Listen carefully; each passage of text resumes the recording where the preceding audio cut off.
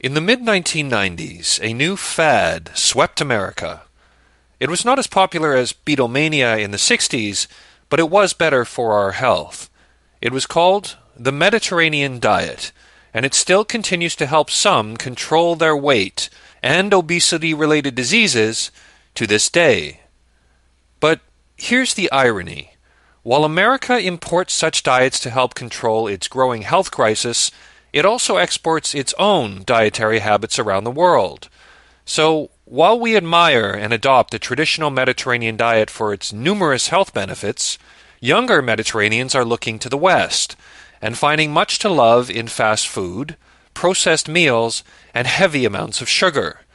And they're beginning to pay the price. But it's not just one small region of the world undergoing this change. Many countries once known for producing slender, healthy citizens are reaching crisis mode. Why exactly is this shocking global transformation taking place, and how bad is it? Let's dig a little deeper into this subject.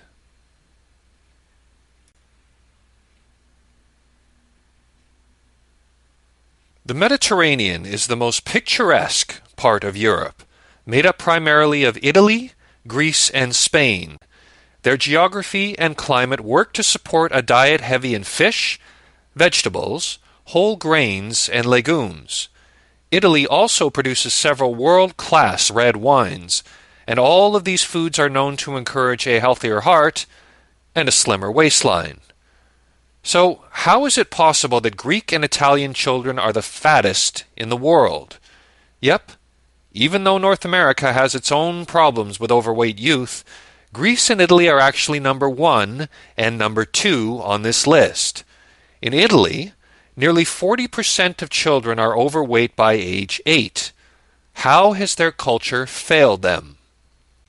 Well, it hasn't. But here's the funny thing about the Mediterranean diet. In decades past, it was eaten by Mediterranean peasants because it was cheaper than other foods.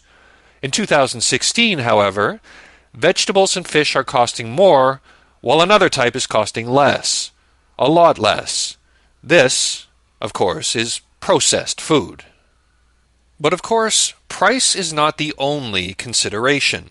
Processed foods have swept the globe in recent decades because they just taste better. Food companies spend a lot of time engineering these foods with just the right amount of sugar, salt, and fat, so they hit what's called a bliss point. What is the bliss point? It's the point where we just want to keep eating more. But it's not just the Mediterranean people abandoning their healthy habits.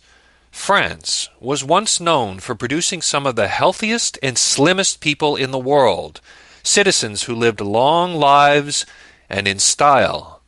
But in modern times, France is a country that saw its obesity rate double in just a 9-year time period when it reached 11.3% in 2004.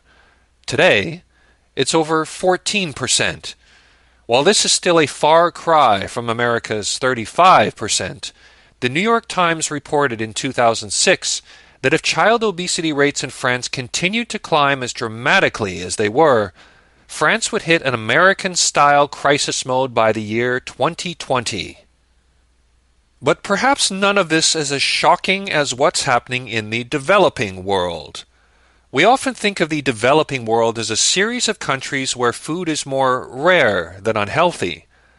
Now that's still true for hundreds of millions of people, but others in poor countries are taking advantage of cheap, unhealthy foods and becoming obese. In fact, some 900 million citizens of developing countries are now overweight, a tricky situation when poverty makes it difficult to deal with the diseases that often come with weight issues, particularly cancer, diabetes, stroke, and heart disease. Clearly, our food environment is the biggest problem. Foods low in nutrition and high in excessive amounts of sugar, salt, and fat are plentiful and cheap. But the world is also becoming more sedentary, relying more on vehicles and other technology than ever before. These things may make our lives easier, but they also make our waistlines bigger and our hospitals fuller. Now, we all like to know we're moving ahead in the world, and we all adore technology. But we can also take valuable lessons from tradition, especially when it involves food habits that keep us slender and fight disease. Because when we look at the Western dietary influence, it doesn't matter whether you're in Naples, Italy, or Boise, Idaho, it's clearly a recipe for disaster.